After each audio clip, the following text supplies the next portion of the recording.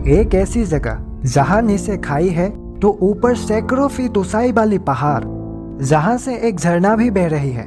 अगर आप किसी तरह पहाड़ी के ऊपर सर गए तो पहाड़ी की दूसरी तरफ से सैकड़ों फीट नीचे उतरने पर आपको एक रहस्यमय गुफा मिलेगा। कहते हैं वहीं से नागलोक तक जाने की रास्ता का शुरुआत होती है और माना जाता है कि यह वही नागलोक है जहां गरुड़ ने सैकड़ों नागों के बीच अमृत कलश रखा था।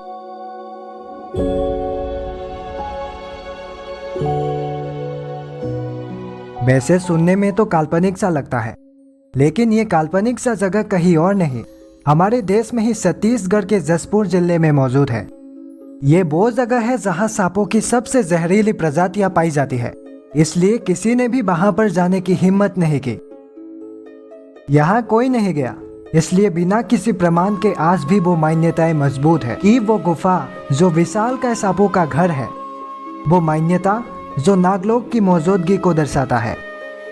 तो सफर शुरू होती है जशपुर की सुनसान जंगलों से गुजरने वाले एक रास्ते से, जो लेकर जाती है युगों पुरानी अमृत की प्रतीक्षा में रहने वाले विशालकाय नागों की नागलोक तक। लेकिन आसपास की इलाके के लोगों का कहना है कि मरने के बाद का तो पता नहीं, लेकिन वहां जीते जी कोई भी इंसान पहुंच नहीं सकता। अगर खाई की गहराई के बारे में कहे तो लोग कहते हैं कि उनकी पूर्वजों ने उसकी गहराई को मापने के लिए एक लंबी सी रस्सी में पत्थर बांध कर फेंका था। रस्सी तो खत्म हो गया, लेकिन खाई की गहराई का पता नहीं चला। वैसे पहाड़ी पर चढ़ना और उतरना आसान बिल्कुल भी नहीं है।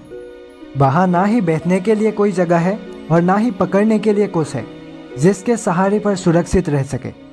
रास्ता इतने परेशानियों से भरा है कि वहाँ पड़ने वाले हर कदम को सावधानी के साथ रखना जरूरी होता है। वैसे वो एक चट्टानी इलाका है, ऊपर से पानी भी आ रही है। ऐसे में जहाँ भी पैर रखे फिसलने का खतरा हमेशा रहता है।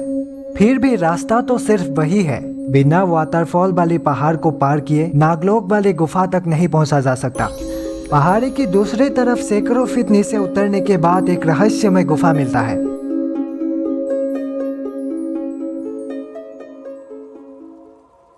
गुफा की तरफ नजर पड़ते ही अंदर एक शिवलिंग जैसा संरचना दिखाई पड़ते हैं।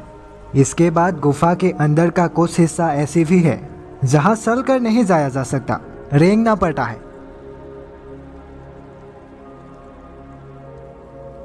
और कुछ जगह ऐसी है जहां से पानी बहती है। हर जगह गड्ढे और सुरंग से भरे हैं जहां सांप रहते हैं। थोड़ी दूर आगे बढ़ने के बाद एक दीवार मिलती है, चमकती हुई दीवार। भूवैज्ञानिकों के मुताबिक सोना पत्थरों की चट्टानों को ऐसी संरचना बनने में हजारों साल लग जाते हैं।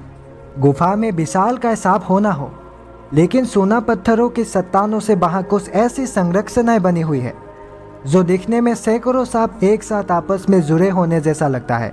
इसके बाद गुफा में आगे पीछे कई रास्ते मिल जाते हैं। आगे बढ़ने पर लोगों को शिवलिंग का एक ऐसा संरचना मिला जिसमें एक सचमुच का सांप लपेट कर बैठा हुआ था।